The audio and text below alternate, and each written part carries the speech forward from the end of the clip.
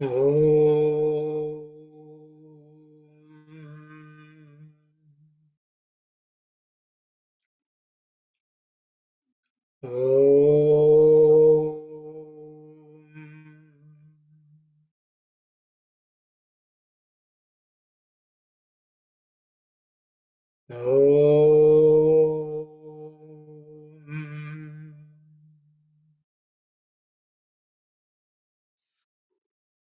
Sairam, everyone. Just to recollect what we were discussing last week before we concluded the session, Swami is talking about meditation, and he's talking. I think when after Krishna talked about the 8 aspects of the Saguna Nirakara form, he talks about meditation, and Swami says, what is bhakti? Bhakti is complete identification with the ideal on which we are focused.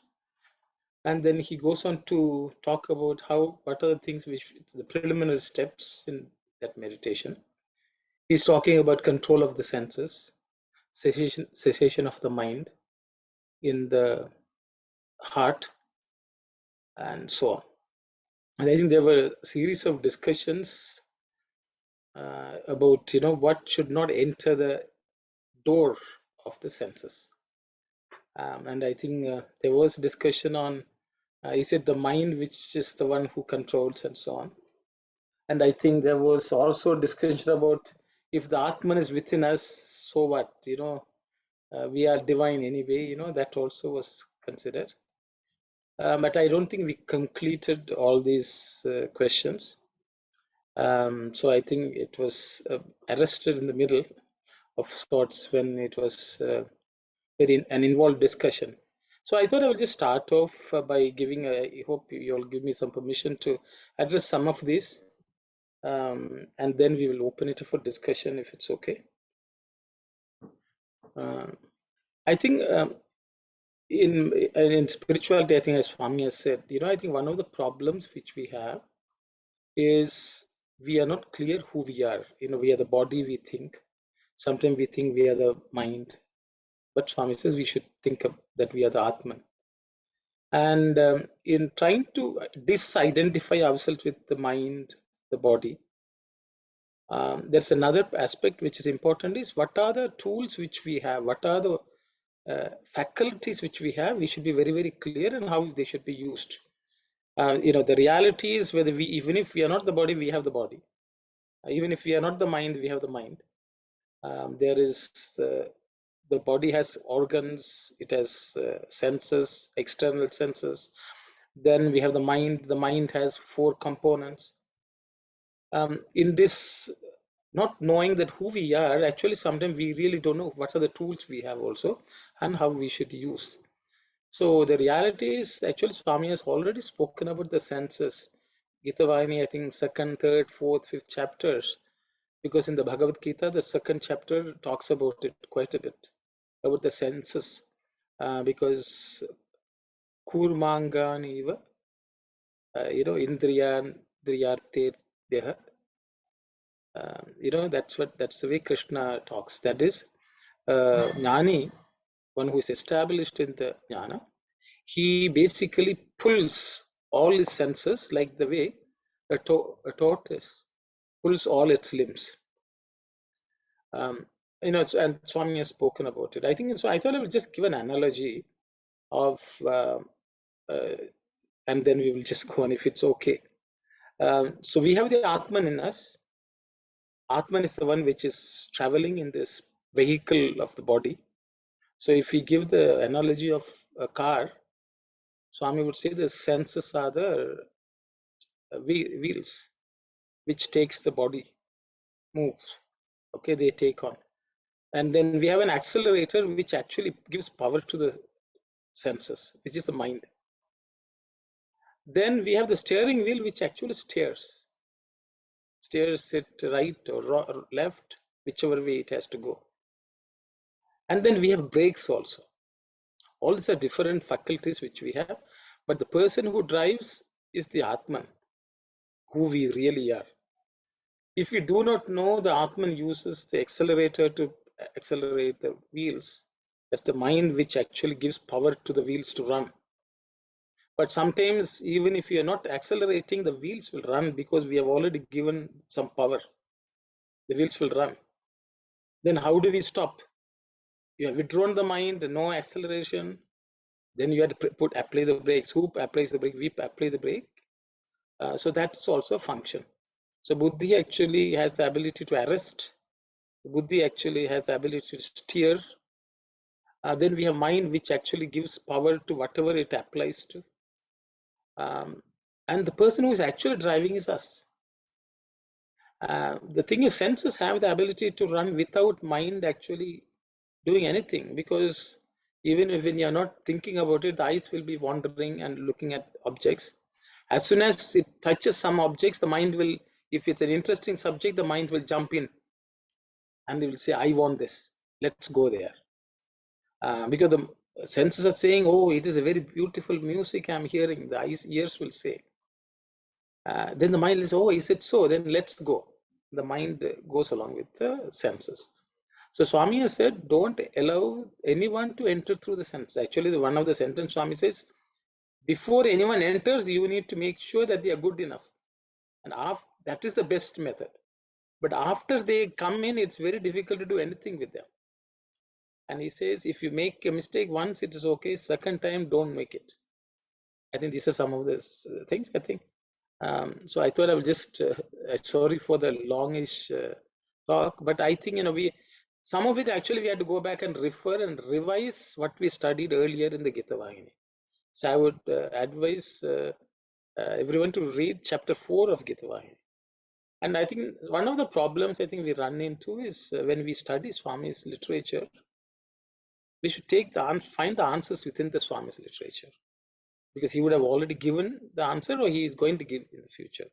But sometimes, we may read other texts, spiritual texts, or we may listen to other people, giving talks. Sometimes it can tend to create some confusion. But I think they will think that is also a spiritual book. They are also talking on the same subject. But the way Swami generally explains is slightly different, is my experience. So I thought I will just say those, and I will open it up for discussion. Sai Ram, sorry for the longish discussion, because I thought it's important that we revise some of all that what I have spoken. Swami has either spoken in the Sandeh Nivarani or in the Geetha Vahini earlier. Even the driving of wheels, it is not mine, it is Swami's. Swami actually says you should be driving inside, just the way you drive outside. All this, but I will stop here. If anyone is interested where to find whatever I have spoken, I can give references in either Geetha Vahini or Sandeh Nivarani. Sai Ram, everyone. I will stop here. And I think just one point, I think Sister Anandi mentioned, if we are divine, what is different? The reality is we are sleeping. The Atma is sleeping, and let the wheels go whichever way, the steering wheel go whichever way, acceleration is just happening, brakes are not applied, because the person is asleep at the wheel. That is what our situation is. That's why we have to wake ourselves up. And Swami, like Arjuna is being woken up by Krishna. I guess in that process we will also awake, hopefully. I will stop here. Sai Ram. Let's go. Sai Ram, Sister Kalyani, please let's continue from where we left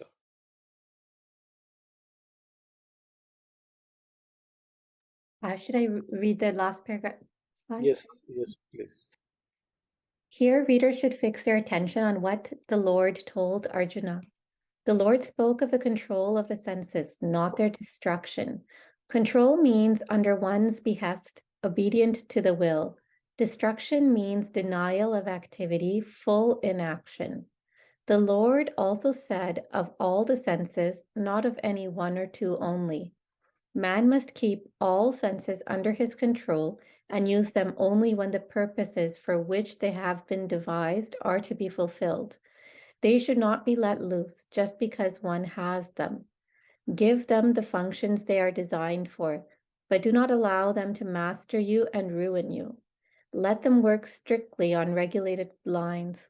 That is the Lord's intention. There is another thing too. You must yourself reason out and discover what exactly will expand your heart and what will breed disquiet. Then hold fast to the former and give up the latter, or else, straying in devious paths like an insane ape, you will have to twist and turn in confusion. What is the cause of all the troubles and discontent to which many are subjected nowadays? It is the improper use they make of the senses. Who are the proper people to enter through each door of your home? You must decide and carefully watch. Those who must enter by one door should not use some other door. If they do, then that house will have only discontent, confusion, disorder. It is wiser to take precautions against such disorder before entrance is effected, rather than deal with the intruder after they have come in through the wrong door. You may excuse the trespass for the first time, but certainly you must take enough care to see that it is not repeated. That is the better method, though not the best.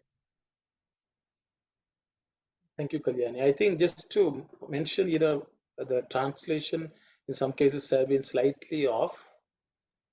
It is not about some object entering a different door, but Swami says the person who should not be entering should not enter through the door. Some other person who is not meant to enter should not enter. Is what I remember from the Telugu lines. I will open it up for discussion. If anyone has something to share, please do so, Saira.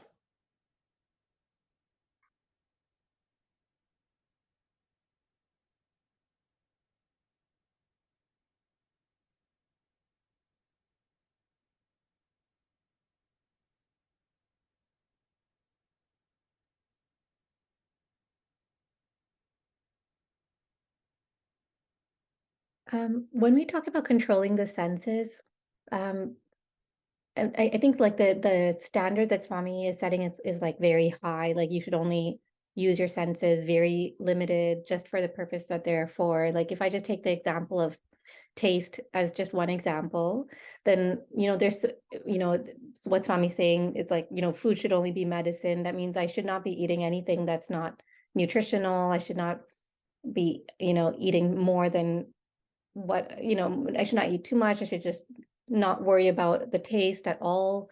Like, but I guess if you try to restrict your senses, all your senses in that manner to be very, very limited, like, isn't that just really difficult? And like, would you like, is there some, does Swami give some, I guess, allowance for us to experience like small joys, I guess, to keep us going until we can achieve the highest? Okay, Kalyani's question is, should we be so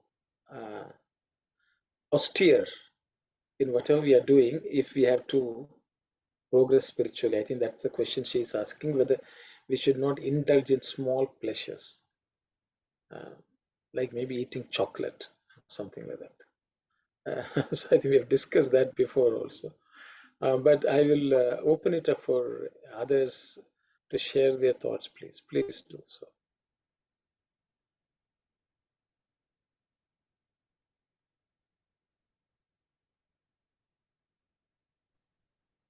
To Sairam, brother.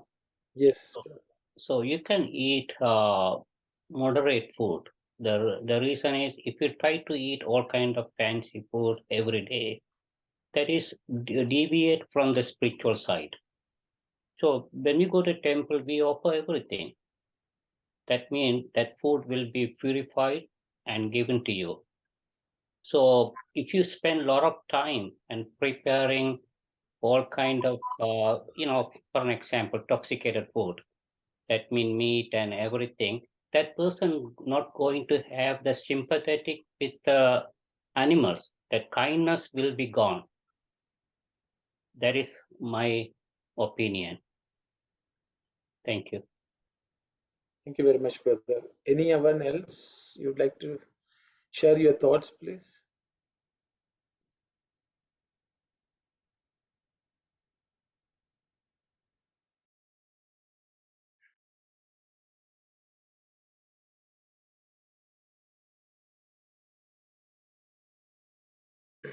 Brother Sai Ram, Yes. when Swami says it's only for the, you can use your senses or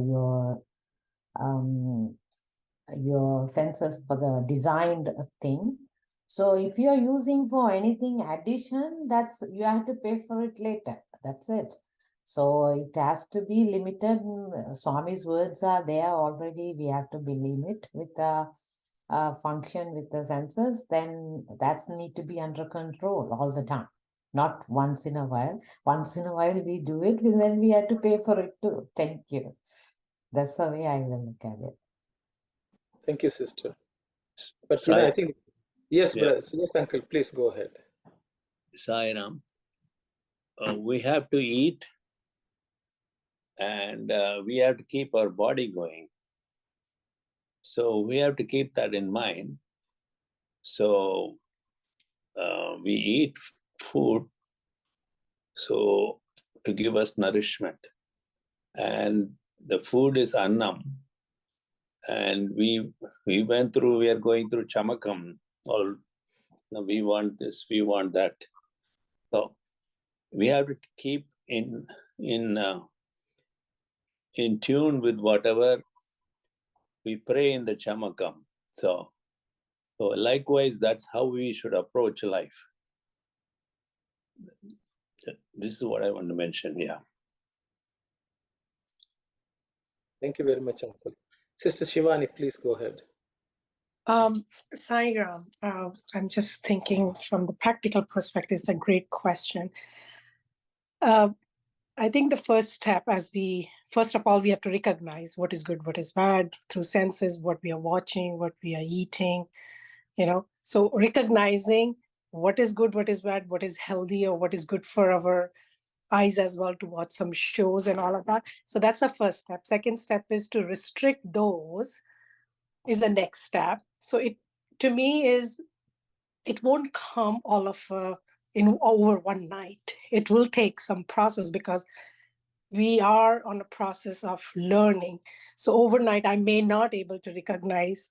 Even if I recognize, it will take some time. But if we are on the journey, if we are very sincere, I would say, you will come to the level where you won't take this willingly, not restricting, okay, let me take some, not take some. I'm just going to give you an example that I think long time, even in this study circle or at the center, whatever we take from our senses is a food for our body. So, we used to watch some shows in the night and it's fine, but it used to disturb your sleep. So I stopped watching some shows which are not pleasant, violence or whatever, but still watching some shows. But I've reached to the point now, I can't watch.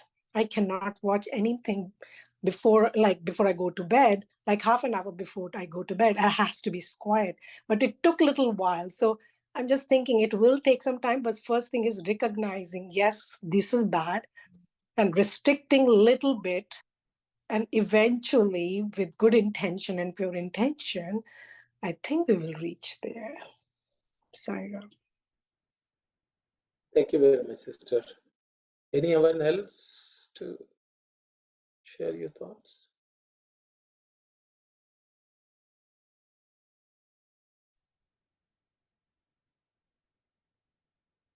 Okay, if no one says, maybe I will just fill the silence. Silent brother, before Yes, we move on, maybe the confusion here is Swami already said Lord spoke of the control of the senses, not their destruction. Maybe we are not sure about whether we are controlling or we are completely destroying our senses. Maybe that part,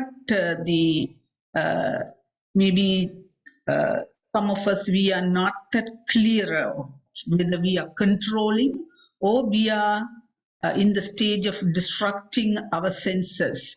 Then Swami also nicely explained what control means, what destruction means. But practically, we think even the controlling of senses, we think that we are destroying all the senses. If we are unable to eat whatever we wanted, we think that I am completely, they come out of that senses. No, Swami said that use our senses for the good purposes. That's what the man must keep all senses under his control and use them only when the purposes for which they have been devised are to be fulfilled. Maybe because of the lack of knowledge, we think that completely shut down the senses. No, Swami didn't say that, but we have to use the senses for good things. That's what I know. The practically, it's very, very difficult to see the fine line between whether we are controlling or we are completely disrupting or put put it in the shutdown stage of our senses. Maybe that part practically it's very difficult, and maybe the years it will take to come to that stage, I think. Thank you, Saira. Thank you very much, sister. Thank you. Sister Shivani, did you put your hand up again, or it? No. Okay, so that's right. Thank you very much, Sister Anandi. No, Yes, because thanks. it came back again, sister. See, it's like the senses, once not controlled, they will again and again activate. Habits, I think Kalyani, I think Sister Brother Gopal, Uncle Gopalan, and Sister Anandi have also shared, about the controls. The reality is, I think Swami has said we should use it for the purpose for which they have been devised. I think that's also key. The Lord has given the senses for a particular purpose. For example, if the tongue has to taste, it can taste all different kinds of foods. And I think so it has to be tasted. Why it tastes is actually to make sure that the body can digest it. If the tongue likes it, actually the body can easily digest it also. That's why in Sanatana Dharma tradition, they will say your food should have all the 6 tastes. Then your food should have 4 types of action. That is, you should chew, you should slurp, you should lick, you should swallow. All actions are also important. All the tastes have to be there. So these are actually processes which the tongue uses to send enough signals to the body so it can digest. So I think knowing this problem, I think in the Sanatana Dharma, they have devised it in such a way that you make all the food which as prasadam, you offer it. Whatever you want to eat, you make nicely as if you're offering to the Lord. Offer, pray, and then eat. And share with everyone in it. So I think these are practices which people devised to somehow sublimate these tendencies of the senses. See, for example, if you like to see something, they will decorate the form of the Lord very beautifully with the colors you like. You bring the best flowers which you like to smell, and that way it's good smell. You have nice textured clothes to wear for Lord. You also wear. So everything was done, even if it's a sensory pleasures, they were all done as offering to the Lord. So through that process, one day, the idea was that you will forget the sensory pleasures and you will devote yourself completely to the Lord. So knowing this, that is how the Sakara form of worship came into being, because Nirakara does not give this opportunity. Once you have Sakara, all your senses, you can listen to you want good music means you listen to some good bhajans. You instrumentals which are playing bhajan. So whatever you listen actually triggers your mind to focus on the Lord. So that is what that was very scientifically devised by the rishis, so that we do not deprive ourselves of any sensory experience, but the sensory experience is transformed and it transitioned into a higher level through offering it to the Lord. So that is why in Sanatana Dharma everything is offered to the Lord. So that's my understanding. So to that text, I think so it's a problem when the senses are habituated to enjoying something willy-nilly. It's tough to curtail.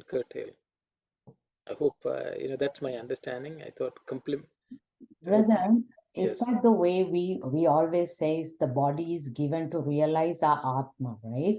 So in that way, we whatever is good for body to for that focus is to realize the Atma. So whatever, so senses, anything they can do, but as long as the focus is there. channel is Yes. So that way you can control your food also, whatever you're eating, you have to think, okay, that is good for your body. That to keep healthy to realize him, realize the God. Thank you, Sairam. Yeah, no, that's interesting to know that the different tastes are actually important in the digestion, because I thought that meant, oh, you should just eat bland food, but no, you have to eat tasty food. Swami, hello, Sairam. Yes, Sairam. yes, Auntie, please go ahead. Swami is very clearly saying about the difference between Indriya Nigraha and Indriya Sanyama. Sanyama is the control. Nigraha means completely denial of all the sensory things. But when one knows how to control, we should not become slaves to the senses. Swami that's what he said. We can master them. Master the senses rather than becoming the slaves to the senses. That's very strictly Swami is telling here. So one should decide, one must know where to put the limit for the senses to indulge in, and we can have that taste of the senses, also sensory objects also, as well as at the same time we should keep ourselves in a limit. That's what Swami is trying to. Indriya Sanyamam is more important than Indriya Nigraham. Completely, the Vyaparam of the Indriyas should not stop. It should not be. So Swami is very clearly saying that. It causes destruction if we go beyond that limit. Saira. I Thank think you very much. Yes. Sairam, Yes. if I want to put in a nutshell, don't give hard time to your body. Give the hard time to your mind. Thank you, brother. Thank you. Yes, Kalyani. yes, I think at one time in another Vahini, we had spoken about how like when they take flowers to do a puja, sometimes they wrap something around their nose so they don't smell even the fragrance of the flower. So, but what I'm understanding here is that if you smell a nice fragrance and it reminds you of the Lord, then that's okay. That's as long as we're not a slave to that, or and then so the indriyas also includes the karmendriyas too, right? So it's like even every word that you speak, if it's not about the Lord, or if it's not, then we shouldn't be speaking it. Then what about like because there is relationships that I guess we have to maintain, like even within our immediate family. I mean, other relationships we can maybe limit them, but sometimes you have to have a conversation about other things maybe that are of interest to the other person. But can you say that this is all part of living this, I guess, life, I guess? Yes, good question, sister. How do we, like when we have to move in the world and we have to be in touch with people, how do we control that? If they start talking about something or discussing something, should we listen? I think that's the question, I think, Kalyani, you're asking. And should we speak? Should we listen? I think these are questions. I will open it up for discussion. Others, what do you all think? How do we all live in families, among relatives? We attend functions. How do we manage this? Because sometimes it is beyond our control. Sairam, auntie. Sairam. Yes, auntie. Swami says satsang, it's a good company. Keep good company. If you see anything wrong in company, run away from there. That's what he says, right? And yes. yeah. And then also the other thing is discipline. Swami teaches discipline for every senses, everything. If you listen to Swami's discourses and reading the literature, and of course he is teaching us to how to control our senses, and but of course we cannot control the way Swami wants us to, but we have to improve ourselves to control our senses and good companies and all those things. Sairam. Thank you very much, auntie. Yes, auntie Mani, auntie, you were about to say something. Courtesy demands that when we are dealing with other people, shutting them out and then saying that turning their, it's not good. It's not at all good for people. Yeah, when we talk to our own people, or if they are not, if they start talking about some worldly matters, it's okay. Listen to them and slowly and gradually direct them towards the other good things, and let us take them a little away from the worldly talk to spirituality a little bit, if we can do that. But we cannot shut them down saying that you don't talk about all these worldly matters to me. No, you cannot do that. Sairam. Sairam, auntie, thank you. Anyone else would like to share?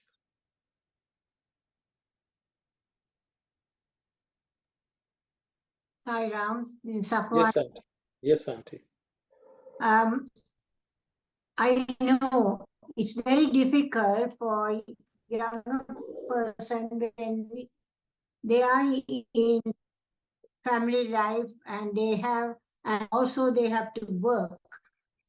So every part of their life, they have to situations. So only good thing, like Baba says, follow your dharma at workplace, follow your dharma when you get together with your people. And if the people are speaking anything that is beyond the Baba would approve, then just indulge in those kind of discussions or talking, all those things. It all depends on your set of mind, that whether your mind is strong enough to have control from your senses, and you think about your soul. What is your ultimate goal? Liberate. You have to think about your Atma, and accordingly you choose your situation, how to deal with those situations. You don't have to become a nun. You have to live in this life. You have a family to live with. So it all depends how you choose. Your choice is most important. Not anyone can advise you. It is your soul's desire that is most important. Thank you, Saira. Thank you very much, auntie. Thank you. Sairam, brother. When you see that we already learned a lot of things about this, when you see God in everybody, you will start respecting everyone, right? But the conversation is different. That's okay. You look at it in the point of view of they are not a different state of mind. So that doesn't mean you ignore them or you're not going to make a judgment about them. Just you present yourself to see whether they will understand where you are coming from. That's all. But ignoring them and hurting them also is not right. So keep that in mind. They have not reached to that level. They are in a different path. That's okay. But as long as you can present whatever you are, the way you present, if you can make an impact on them, that's all matters. So they will change their way of talking to little bit to your side. That's how you can make the changes. Other than that, you don't try to change anybody. You change yourself to present your with others. Thank you, Sarah. Thank you very much, sister. Thank you. Sorry, if I may, just to add to what sister said, that, yeah, we are not here to change the world. It's just your thing. And I have been there, that where, I'm being quiet, and that's how you should do in the family. Why you're so quiet? What is going on? So you have to be part of those conversations. So as sister said, not to be judgmental. You're listening, but you're not listening. You're not processing. That's what I have learned. Whatever people are saying, as far as it's not processing, that is harmful to your body. So you're listening, not judging, because we don't know where they are at their spiritual path or where they are. As far as whatever we are saying, it's truthful, it's not hurting people, and it's not about people, it's about the situation, maybe something we can learn from. So if they're good words, kind words from our side, it's fine. But what people are saying, as far as we can block it, as Swami said, let no food through any of your senses should go inside you. So you hear it, but not process it. In one of the study circle, I learned that as well, that, when you go at the cashier, there's so many books and all those magazines, and you see, sometimes we tend to process. Stop processing by looking at the picture. So once you stop processing, there's no chain of thoughts which goes along with you at home. So you saw it, it just blocks it, and then you're fine where you were. Just my thoughts. Thanks. Thank you very much, sister. Any other thought, anyone? Sairam, there's one time I heard from somebody, you are saying, like, I'm praying to Swami itself, saying to others is not right. Respect others, other religions, other things. Don't force yourself and show them, oh, I am a devotee of this. That also not right.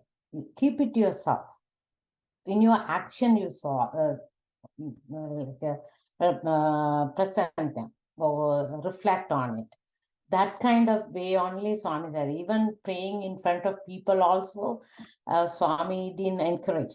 So it's all, everything within you only.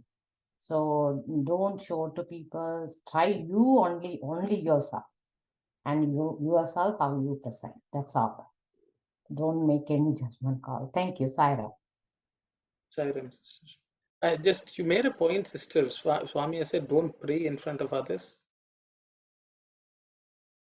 Where did you hear this? People show that they are.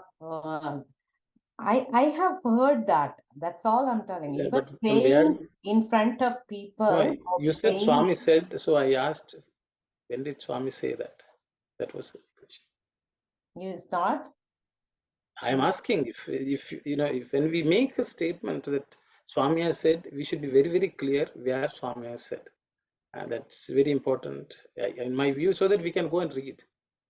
The reality is Swami has talked about doing Nagar Sankirtan. So in 2000, I think 4 or 5, Swami is saying, now I have stopped going to cities like Mumbai, anywhere, because when I used to go in the past, people were just singing bhajans in the airport. They were singing Nagar Sankirtan. But now everyone is ashamed to do that. So I don't feel like going. These are Swami's words. But of course, there are people who give talks, sister, and they have said this, and sometimes we have heard them say that's what they have learned. Okay, I can even cite the people who may have given this talk, but you will not find a single discourse where Swami says, don't pray in front of others. Okay, so the thing is, Swami has said people are ashamed to wear vibhuti and go out. Swami says they wear vibhuti, and when they go out, they rub it and go. Swami has, so the thing is, if you're ashamed to wear devotion in our, externally, then something is wrong, because I know we don't have to show off to people, I guess, but Swami says you should not be ashamed, you should not be shy, you should. So that's why I said, if Swami has said, I would like to know the reference. Brother, I'm telling the second part of it. Show off. Some people do that, right? But So praying is like, yeah, not praying. yeah. Yes, Okay, that's so that's the right word. Yeah. so Thanks. okay. Showing off means sometimes that the intention of Yes. demonstration maybe is Yes. not right, but I just thought that. But I would, everyone said, we should not, respect people. But if you really look for the welfare of the people, if they're indulging in something bad, what can we do? It's like, if somebody is slipping and drowning in the water, and they say, come, you also drown with me, will you jump and drown? Is the question I think we should ask ourselves. Because the reality, we are living in society where everyone is drowning themselves in samsara sagar. So, it doesn't look nice, if I don't drown myself. It's, sometimes we tend to use this because they will be sad that, we are not drowning along with them. Because they don't know that they're drowning and they think you are not drowning with me, what's wrong? And sometimes I think it's reality in this world. We are not worried about Swami. Swami will say, Swami will be understanding, but this person will not be understanding, so let's indulge them a bit. So I think these are challenges I think everyone faces in life. I'm not saying that we should not look at people, we should not talk to people. But if people are talking about something which is not conducive, I think we should know how to, as Auntie said, we should steer away the conversation. We don't have to say, you don't know what you're talking, it's bad for you, and we should not be self-righteous or we shouldn't be condescending. But I think it is important that they know that what our priorities are. So the reality is actually, Swami says the human beings are such that when everything is done, only whatever is left over only is given to God, including time, attention, everything. So I think there is a price to pay in this world. If we are doing, if we, put people down, I think that's wrong. But I think to some extent, Swami expects us to strive a little higher. We have to keep to ourselves. I think here also Swami has mentioned, I think in some place, so I think that's also important. We should, because everyone in this world is actually trying to, keep pace with other people.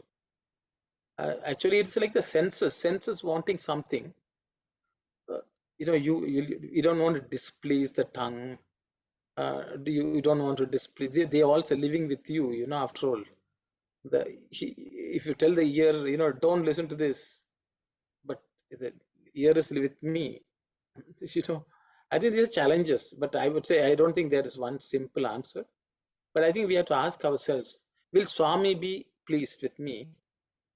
What is important? Should Sai Ramanti. Baba has said it. I cannot declare anyone who is not practicing all what I have taught. If they are practicing what I have taught, then I can call them as Sai devotees. Just because we go to the mandir, we go and do everything. If we don't follow Swami's teaching one by one, then Baba is going to get displeased. And we have to make him happy. How can we make happy? Not making others happy, but make Baba happy by following his teaching as much as you can. This is what Baba says. Thank you, Auntie. Thank you. So I'll stop here. Sai Ram Kalyani. Uncle, I just wanted to clarify, say just like a practical situation, if you're coming across people like at an event or a gathering, if you just say like hello and like that's it, like you don't say anything more. But like even when Swami writes about how, just certain scenes Swami has written about or spoken in a discourse about like how, like when Krishna and Arjuna and Duryodhana come to Krishna, Krishna says, hi, how are you doing? How are your brothers? So is that level of Is that because you're still, I don't know, it makes the other person feel happy, I think, like to see that, oh, somebody's inquiring. Like, so should you do that level of at least like inquiring Yes, about them, yes, their welfare? yes. Okay. I think Mani auntie said courtesy. We Okay. have to extend the courtesy. And then like say at work or something. Actually, not only just asking, we should be genuinely interested in the welfare also. Okay, so go ahead. And then like say like at work or something, like people will have a conversation about, okay, like this place they went to or something that they're planning, or and you said it's important to show people what your priorities are. So practically, how do you do that? Because I always find that like I don't really know how to bring up, because this is like the most important thing. Like how do I say, like what do you say, or how do you give off that information to people, like, oh, that Like, there is one discourse in which Swami says, and people will be coming to Puttaparthi. Then this one discourse Swami is clearly saying. See, when somebody goes to Mexico, Cuba, they come back and say, oh, we had a good time, I did this, I ate this and all that. But Swami says, apparently, when sometimes people come to Prasanthi Nilayam and if they ask, they will say, oh, I'm just going to Bangalore. They are ashamed to tell that they're going to see Puttaparthi. We are ashamed actually. We think people may think something, so we don't share. If we go to Puttaparthi and come, what did we do? Then we have to ask ourselves, why are we not sharing? Why are we not telling? I think I don't think there's any harm in asking people if they are saying something, being happy that they had a good time. I think it's okay. Then we don't have to. They will say you have to go and visit. They will say, and then sometimes we may have to undertake a trip just because they told us. Okay, they will say. So these are challenges. Arun, I Yes. want to ask you, what is the psychology which makes us feel ashamed of telling people that, I'm going to Parthi, or wearing vibhuti and then trying to rub it out when you go? What is the psychology which works inside the man? We are not convinced about it ourselves. That's it. Correct. Brother, not only convince about ourselves, right? Sometimes if you go and tell, you are unnecessarily calling for some other discussion sometime, right? Like of calling people who started to discuss too much and it hurts you and hurts the other person as well. So it's to keep it sometime your less talk until they get to that level. Don't talk about it. You cannot talk about, even I'm going to Bangalore, I will tell whoever knows Patti, I will say. If they don't know why I wanted to tell them, and unnecessary, say for instance, anybody don't like they're not praying to Swami and they have come to know differently, they are going to tell something. So unnecessary argument. Yeah, that point also I agree with Aruna. So I will ask you that question, sister. Then why should we have company with people who do not respect what is important to us? Thank you. I will keep the company, the close company with the people who has the same wavelength. Other than that, whoever is asking, others like a colleagues from working place, oh, where are you going? Okay, I'm going to go to India, not even Bangalore. So anybody who knows India, I will say Bangalore. Anybody knows Swami, I will say Swami. Okay, that's how I would go. Thank you, Saira. What my perspective is, it could be, Auntie, it's a very good question, why we are ashamed. I think, and I won't say I'm out of it. When we are traveling on two boats, we want to be in the world and yet follow and be spiritual part until we thoroughly decide deep down. You know what? My Bhagawan is my life. That's it. When we are on two boats, we are here and there, and that's our mind is kind of wavering. It's still, we are not sure where we are. But when you are so sure, that's it. You're not judging, you're not thinking other people what they're thinking, because you know who you are. You know who Bhagawan is. So there's no question. And then the confidence comes automatically, because you're not thinking who is judging you, and it doesn't matter to you at all.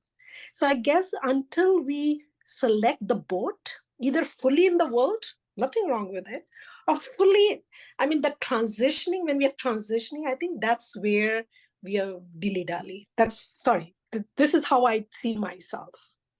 Sai Ram, I don't know, in 1997, we had to take a bunch of youth children to the first World Youth Conference to Puttaparthi.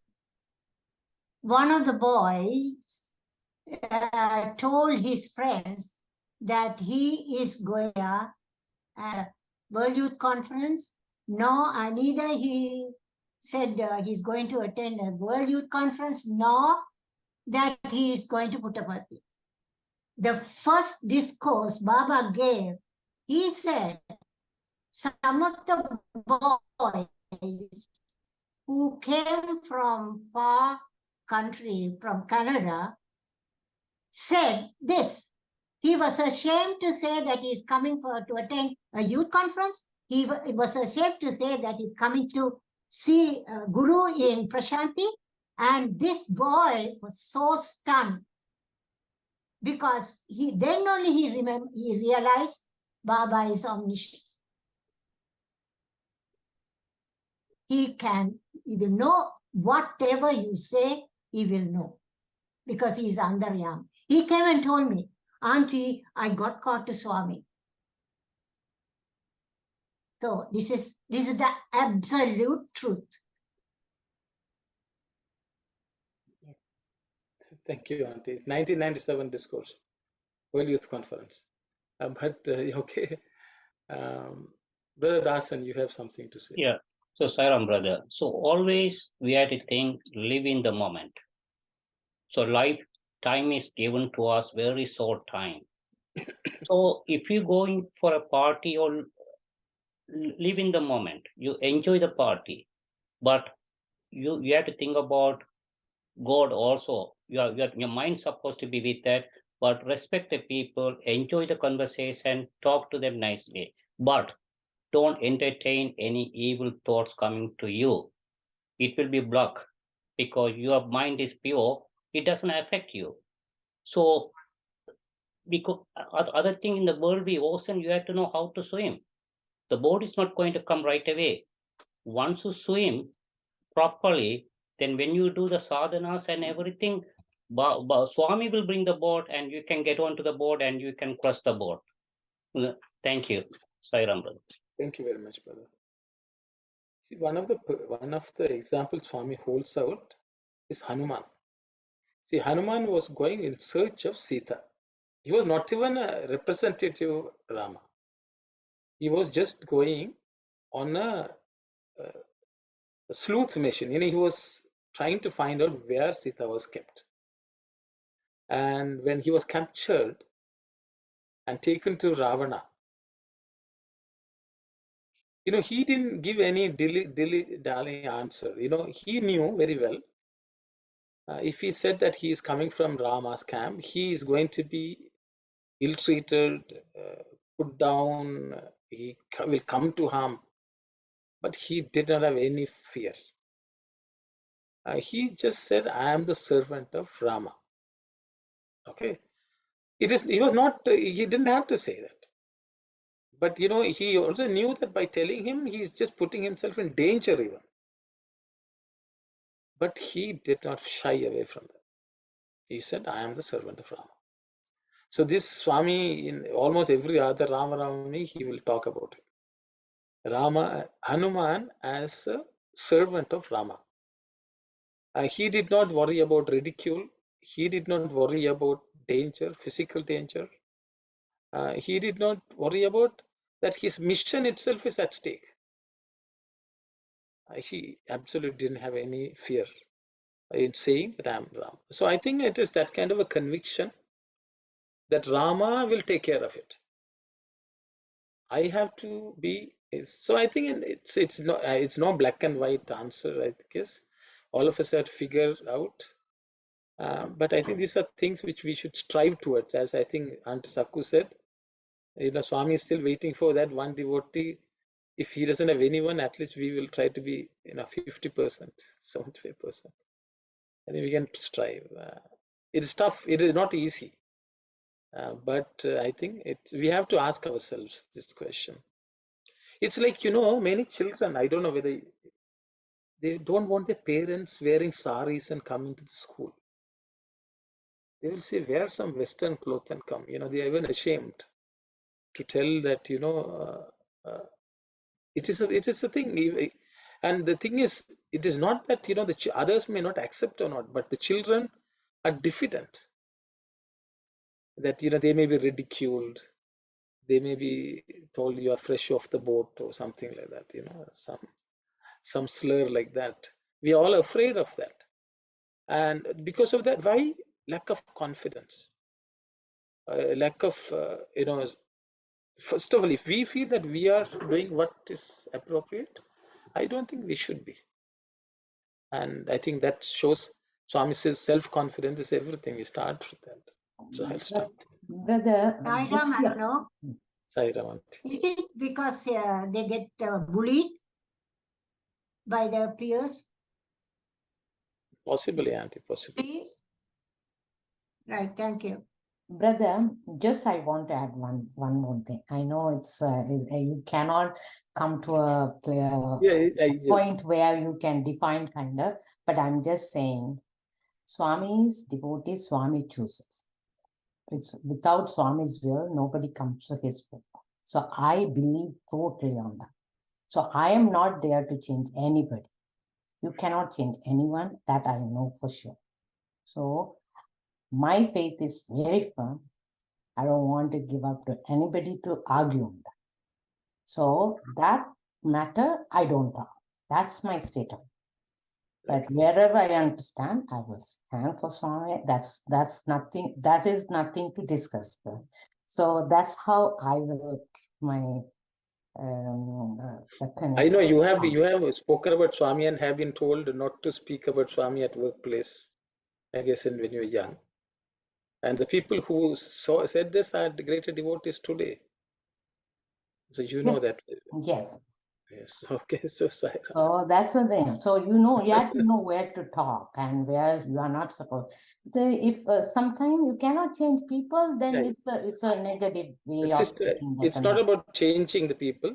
I think what my point was just that we should be confident ourselves, and if others ridicule, we should not be affected by it. Yes. We should not be affected. You have to know where to talk, where to say. They ridicule us, it's okay. But they start ridiculing Swami. That we can't bear. We can't bear that at all. If somebody says something odd about Swami, we cannot withstand that. That is the reason why sometimes we have to keep our discipline. To keep this topic. This topic Swami has already addressed in Sandeha Nivarani. We have to go back. Swami has addressed exactly this topic in Sandeha Nivarani. I think we all studied.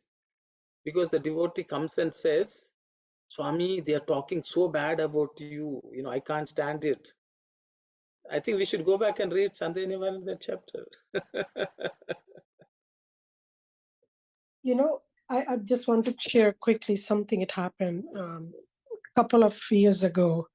My husband volunteered in an organization and they called some gurus or whatever, and they all were singing bhajans. They asked me to sing bhajan, and I don't know why. All bhajans have sai, right? So I kept quiet. I just, everybody's singing, but then forced me to sing. I said, are you sure I can sing any bhajan? And I asked 3 times because I knew, yeah. I said, but I didn't say I follow. So I said, my bhajans has my guru's name. So they said, yeah, go ahead. And when I sang one bhajan, it has sai, that guru of there who call he's really, they're almighty or whatever. And as Swami, I have heard or listened, Swami said, never ridicule any Mahatma or any other people's faith. Any person comes, you need to bow down to them as well. You need to respect everybody. So I went and I listened and all that. And he, for half an hour, in front of, I would say, 40 people, he looked at my eyes and he gave me a lecture. He's not this. And he talked all about Swami. And inside me, I'm saying, Om Shri Sai Ram, give me some wisdom, because I don't want to create that scene there. It was so hard for me just to hold, but inside me, I'm just saying, Bhagawan, give me Shakti, give me strength to bear all of those things. And when I came out at home and I sat down, I said, what happened there? I didn't say anything. I don't know it was right and wrong, but I felt a different kind of strength. Who am I to say him to him? He will look after, because everybody is his child. Some people are not there yet. Some people will reach eventually, whatever it is. But what I'm trying to say, it's very hard. It's very hard when somebody says something about Swami. It's just what happened that time. I have no idea. I just said, Bhagawan, give me some Shakti to keep listening to this person. And he gave me. He didn't, I didn't even say a word. I smiled. In fact, I was not expecting, but the person who hosted and other people, he said, whatever it is, everybody has their own freedom to follow whatever they can. They actually said he should not have said what he said. So imagine what happened. I was not expecting, but this is the power of his name. Just want to share something. I don't know, it makes relevance, but I'm telling you, he gives all the strength and courage. Saira. Thank you very much, sister.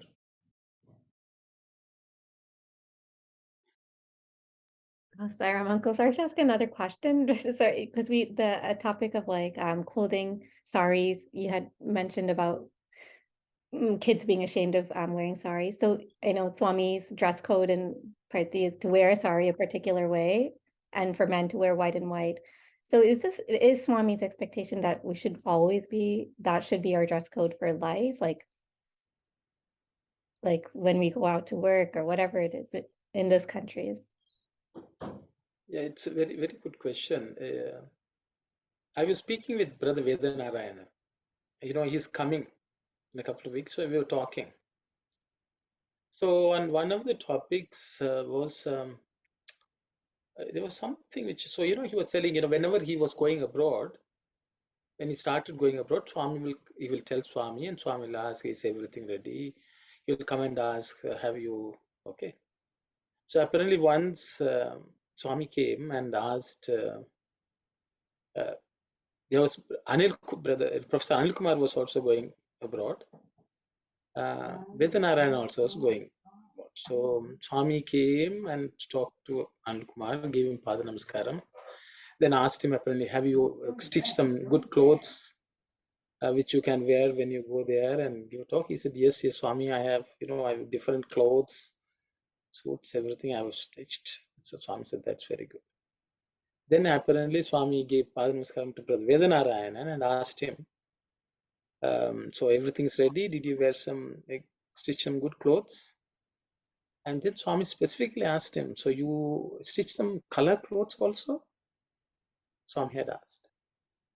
Then Swami, he said, no, Swami, why should I stitch? I will wear the same. Then Swami was so happy. He said, my student, he's going to be wearing white and white. And he said, in the flight also he wears white and white. Even when he goes on a trip also he wears white and white. So people have asked all sorts of questions to him. Sometimes somebody asked him, did you just get married and you are, are you, you are in your honeymoon, you're wearing some white clothes. And some places people have asked, are you a preacher? All sorts of questions. But he says that's all he is. But Swami asked these questions. But Swami will not say don't stitch white color clothes. But he says he has been wearing only one set. There's white and white. That's all. He doesn't have any other. So the thing is, see, Swami has set this target for us. Okay, if we are going to wear something which others see, when we are going to wear which pleases other people, we should ask, what will Swami want us? See, Vedanarayana told, Swami wears robe. Wherever he has gone, whether it's Mudumalai forest, whether it is the Dwaraka beach, whether it is Himalayan trip, everywhere he wore the same robe. Why should he change? Why should he change? So, but you know, what I'm saying is that is the target. We may not be there, but I think it's all a matter of how we travel to that point, because we have two people to please, and what do we choose? Is I think the question. I think we all have problems, you know, even at home, you know, the spouses also can say, why are you wearing this? Then you'll say, my friends like this, or some such thing, you know.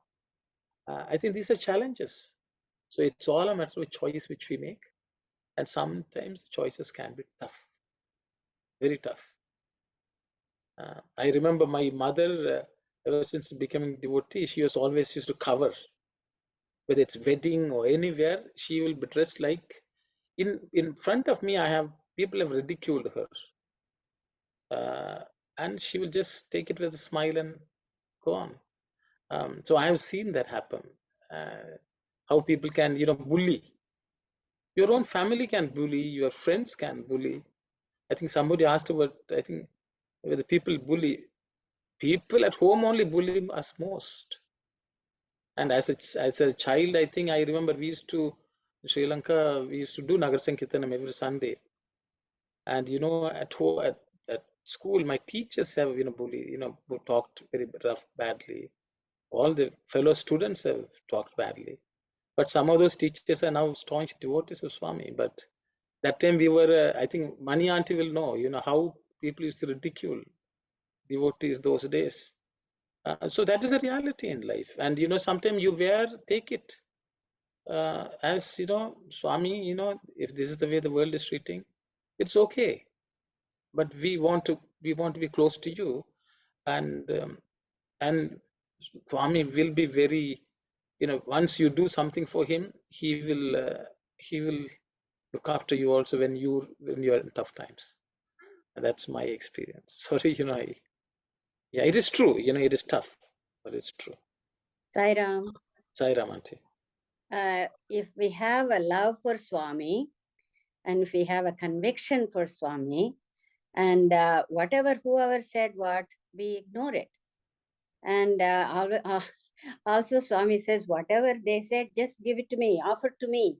That's what he says. Thank you, Sai Ram. Sai Ram, Auntie. Yes, Sister Shivani. Sorry, I'm talking too much, but it just reminds me of, you know, something what Mother Teresa said. You may all know, do it anyway. People might be unkind to you, but you continue to be kind with them. People might be dishonest to you, but you be honest to them. Because at the end of your journey, it's between you and God. It's never been between you and any other person. So, you know, Bhagawan should be our central focus in any act, anything we do, anything we hear, anything we say. It's not winning over situation. And the one I said a while ago, just to add to that, you know, that taught me when I sat back and wrote in my diary is patience, holding back, not kind of replying all the time. We always think responding is always a win. I have to be at the upper hand. So holding your you know, whatever your emotions or whatever it is, holding those itself, it shows the sacrifice, and he will take care of it. Who are we to correct people? Sorry. Thank you, Sister. Sai Ram, I don't know. One question is not related to Swami. Does he not like, what are the colors he doesn't like? Black or anything like that? People to wear for religious occasions? Or any concert or whatever?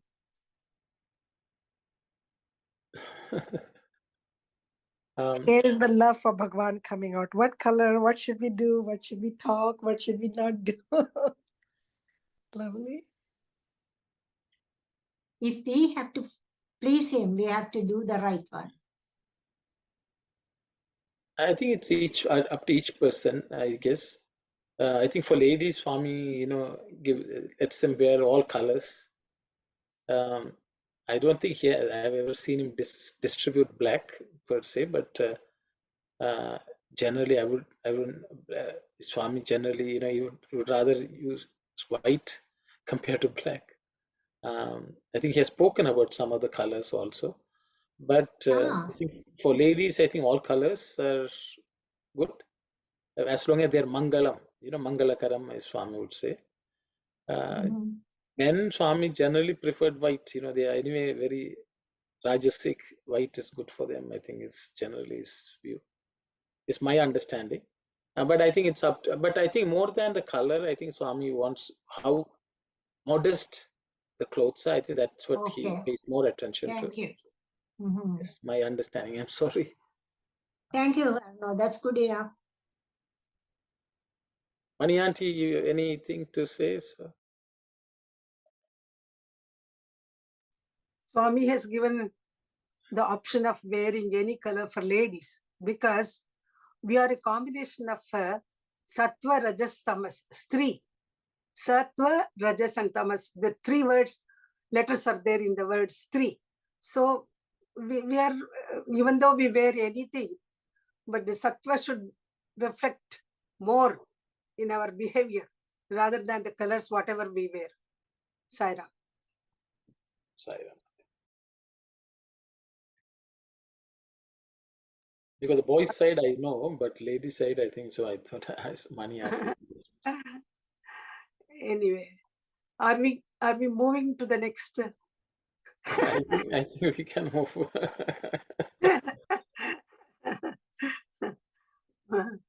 And last paragraph, Abhyasa Yoga.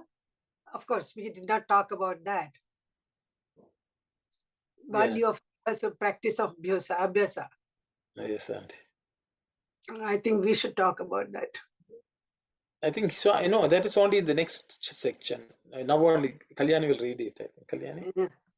No, she has already read it. Krishna, it's just for the purpose that I mentioned at the very start. Abhyasa Yoga. Auntie, I just changed the slide. I just changed it now. Oh, yeah. Okay. Again, Arjuna felt a doubt arising in him. If the senses are bound, how can the Om be pronounced? Krishna understood this. He took up the matter himself. Arjuna, Om has to be pronounced in the mind, not through the mouth as a sensory organ. Next, Arjuna raised another question to relieve himself of another doubt. You said, can you read that, Uncle? Japato nasti. Japato nasti patakam. He who does japam has no sin. But if japam cures one from sin, what happens to liberation, moksha? Eventually, japam is powerless to bring about that. Japam will not enable one to concretize the Lord. The Lord was happy when Arjuna mentioned this doubt. Partha, Arjuna, your question is important, but let me tell you, moksha need not be sought after separately, apart from other objectives. If Om is recited and the significance of the Om, that is to say, the Lord, is meditated upon, then the Lord is attained by you. In other words, you are liberated. Arjuna insisted on this point. He asked, Lord, is it ever possible for japam to bring about both results? Of course, it is easy for you to declare so, but trouble starts when we follow the path of japam and dhyanam. Krishna replied, it is just for this purpose that I have mentioned at the very start about Abhyasa Yoga, the value of practice or Abhyasa. Practice, steady practice, will ensure you both results, freedom from sin and liberation. Probably you do not realize the importance of practice. O foolish Arjuna, do you not see here how practice makes an animal execute difficult tasks? Look at these horses yoked to the chariot, these elephants ranged on the field. They render the assistance in battle, which even man with the superior equipment of reason cannot give. Consider how this was made possible. Where have elephants dwelling in the forest observed the tactics of battle? Or do you hold that fighting on the battlefield is their nature? No, Their present skill is proof of the value of practice, abhyasa. Thanks, Kalyani. Okay.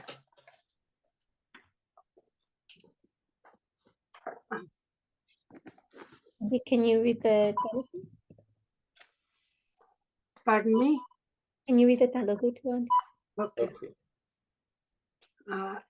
తరువాత ఇంద్రియములకు అధీనములో బంధించిన ఎట్లు ఓంకారోచ్చారణ జరుగునని అర్జునునికి సంశయము పుట్టినది.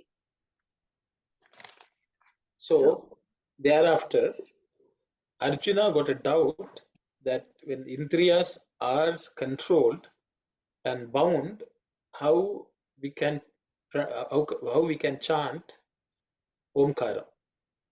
అప్పుడు పరమాత్మ మనసెరిగి బావ ఓంకారోచ్చారణ మనసులో జరగవలెను.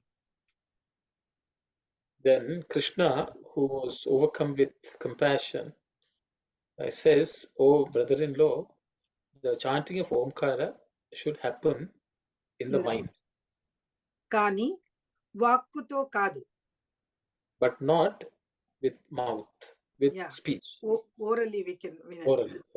అని తెలియచెప్పవను. తరువాత అర్జునునకు మరొక సంశయము మొలకెత్తెను. So Arjuna got another doubt.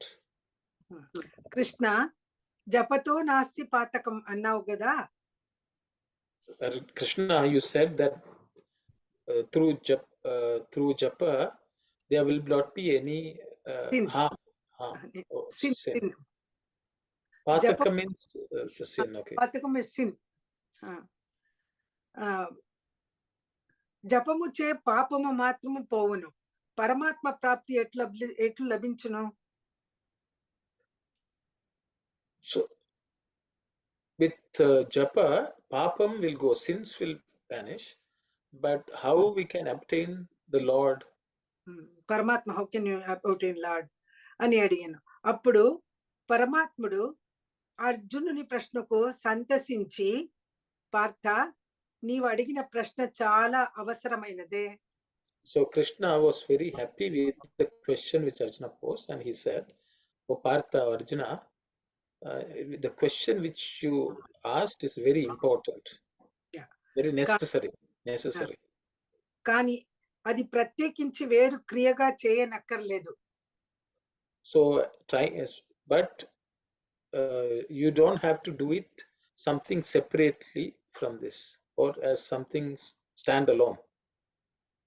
ఓంకార మంత్రమును ఉచ్చరించుచు ఆ ఓంకార మంత్రార్థమైన పరమాత్మని భావన చేసినంత మాత్రమున పరమాత్మ ప్రాప్తి కూడా చేకూరును. He said that just chanting the Omkaram alone and visualizing or experiencing the Paramatman as Omkara itself is sufficient to obtain the Paramatman. స్వామి, రెండును ఒక పర్యాయము చేయ ఇది సాధ్యమయ్యే పనినా? So Arjuna is asking, "Oh Lord, is it possible to do both the things at the same time?"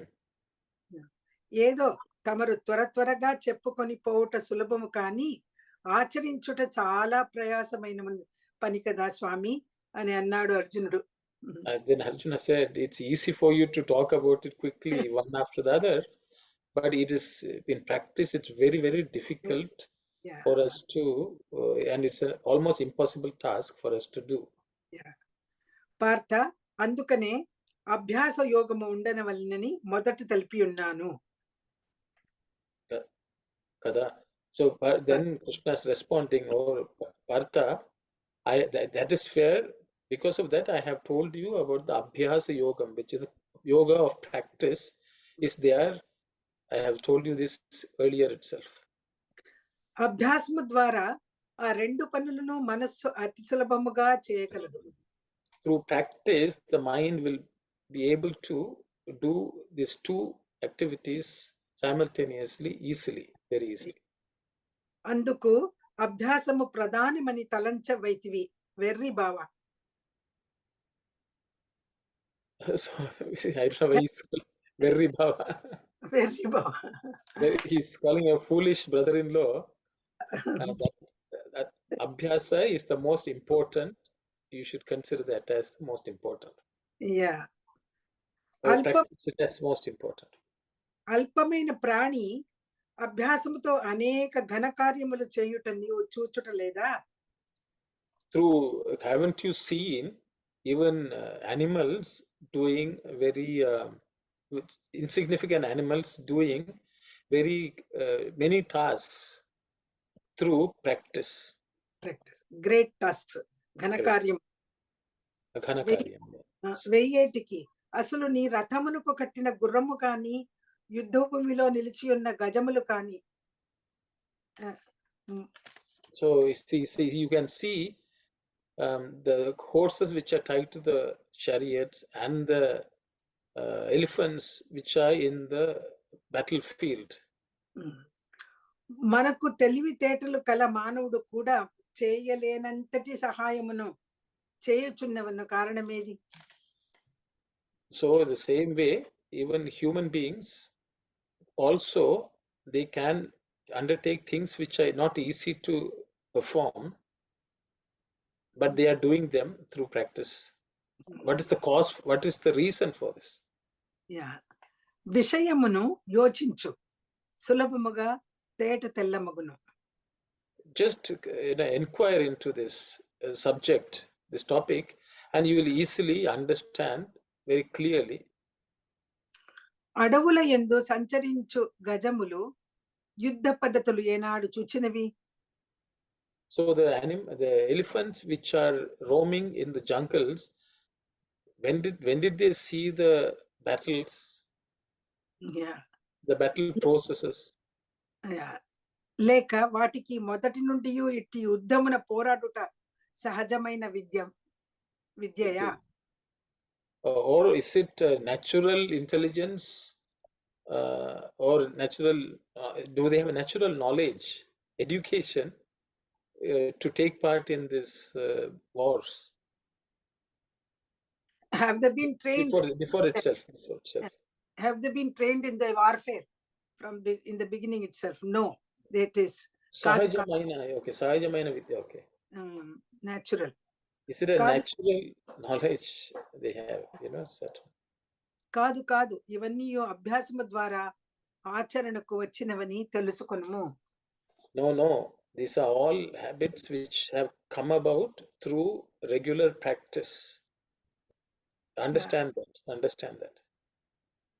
That's it, I think. Yes. The abhyasa dwara, is that like the doorway of practice? No, through abhyasa, through practice. But I know means, yeah, you can say through the door of practice, you can say, but actually it's through. Uncle, I didn't understand why Arjuna is asking at the beginning about if our senses are supposed to be bound, then how do you say Om? Because I thought we just discussed that as long as we're using our senses to think of the Lord, then that is acceptable. It's not like complete nigraha, like it's samyama. So wouldn't you be allowed to say Om? And then Krishna saying no, it's because you say it in the mind. Arjuna's question is, how can we recite Om orally, verbally, when we have completely controlled the senses? That's his question. Krishna says you can do it, both japa, both the Omkarocharana plus the duty, whatever you are doing, both can be done. And at the same time, think of the Lord. When you are reciting Om, think of the Lord's Swarupa or Lord's this thing in your mind. Auntie, I think Kalyani's question is, Swami is telling only samyama, not nigraha. Then why is, so that means you are allowed to speak. But why is Arjuna asking this question? So does it mean that it's a complete cessation of speech? I think that's Kalyani's question. Isn't that what is meant by Swami? Even samyama itself brings about complete cessation of speech. Otherwise, why should Arjuna ask this question? That's, I think, Kalyan is in Sairam, I don't know. Is it doubt. at the time of the death? Is it at the time of the death you become, you cannot use your limbs Sakuji, and your senses? Sakuji, your internet is not. Yeah, Sairam. It is the voice is overlapping. Oh, my voice is overlapping? Yeah, it's not clear. It's not clear. Actually, it's Oh.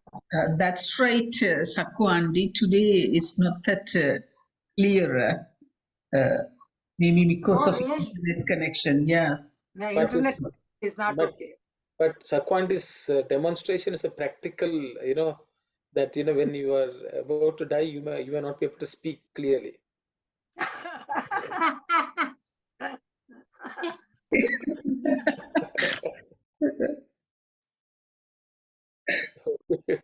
So we were actually getting a practical experience of that.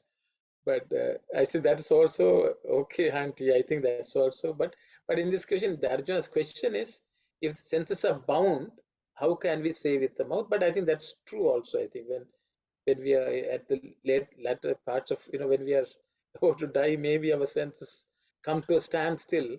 So how can we chant Om? I think that's a very valid question. And one has to be pronounced in the mind, he says, Yes. Arjuna. Om has to be pronounced in the mind, not through the mouth as a sensory organ. There he is giving the answer. Yes. Yeah, that's the one he said about the preliminary practice. We have to have that from the beginning, right? So Exactly. Yeah. that is what we started with. Okay, we have to practice. So even your senses are not working, you can think of the Lord of the mind. In the mental field.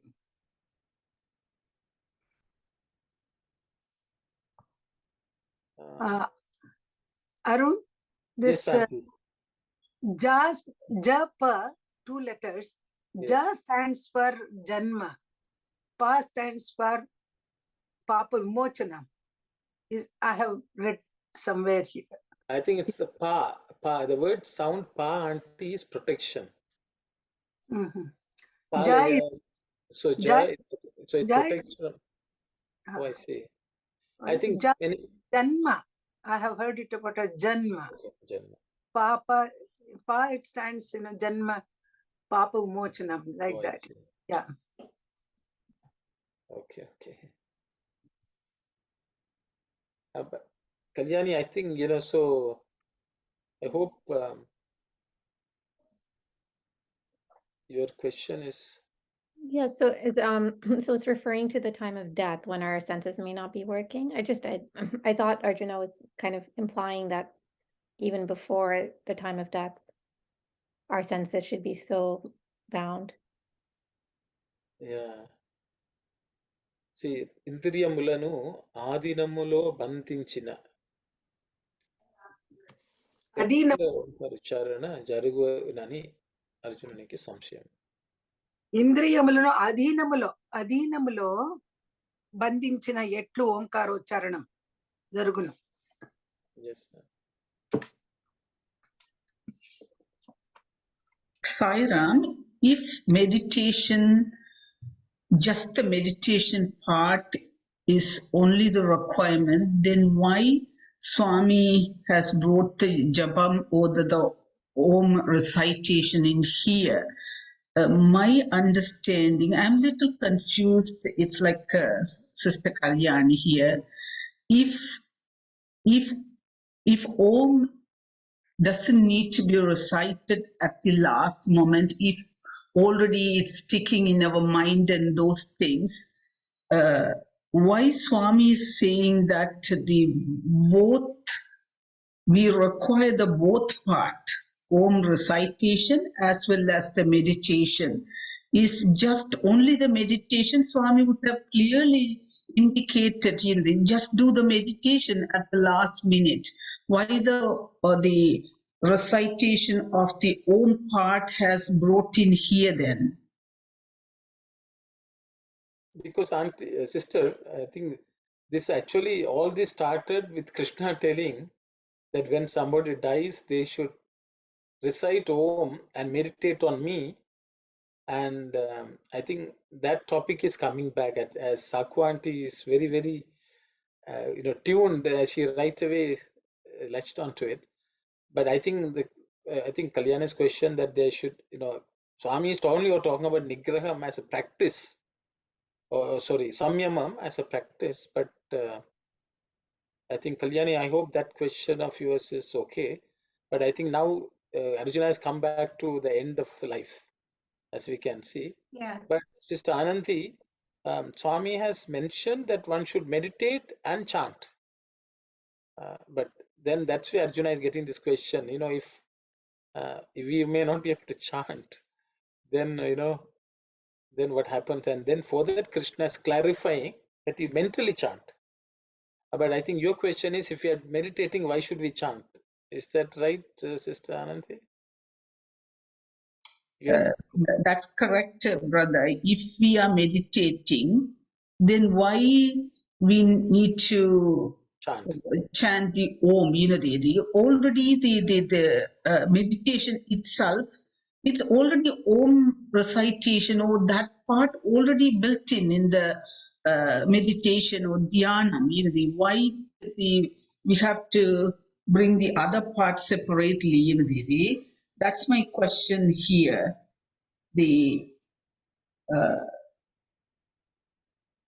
So what are you meditating also, I think, is how do we... Sairam, I don't know.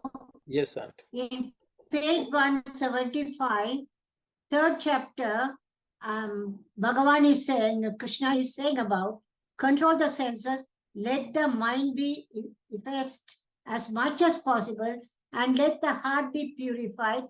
Let the vital airs be uplifted into the highest region of the Sirsha. Let the individual be established in the Atmic truth, and let the pranava be the only point of attention at the moment of pranava leaving the body. Krishna says clearly. I don't know, because I take down notes after the class, short notes. So, Sister Ananthi, I think we are giving job to every part of the body. So I think meditation, I think your question is, we are already meditating, why should we chant? Yeah, that's my question. I think it's like, driving the car, should the accelerator be pressed, brake, steering should be, otherwise the vehicle will not move. So I think there's a role for every aspect of our body and existence. I think has a role. I think that's the way I understand, sister. Maybe even though we say meditating or dhyanam, maybe the both part should be there. Even though we say simply dhyana or something, but already without knowing or with knowing, we do the both. Maybe the prana apyasa, that is maybe the namasmarana or the om chanting plus the meditation we do, but maybe we are telling that only I'm meditating. Maybe both should be simultaneously, or they should appear maybe in a synchronizing manner or something. Yes, sister, because the world is of there are two things in this world. One is nama and second one is rupa. If you're meditating on a tree, we should know that it's a tree, and we should also picture the tree. Is my understanding. So for each of the aspect, there should be something done. I think Uncle Gopal Chidam. Sairam. Yes, sir. Swami keeps saying meditation is a continuous process. It's not just a specific time. You just within yourself, you keep on chanting all the time inside, always. So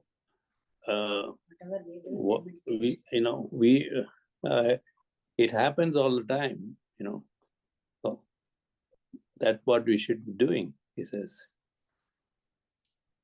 and chanting.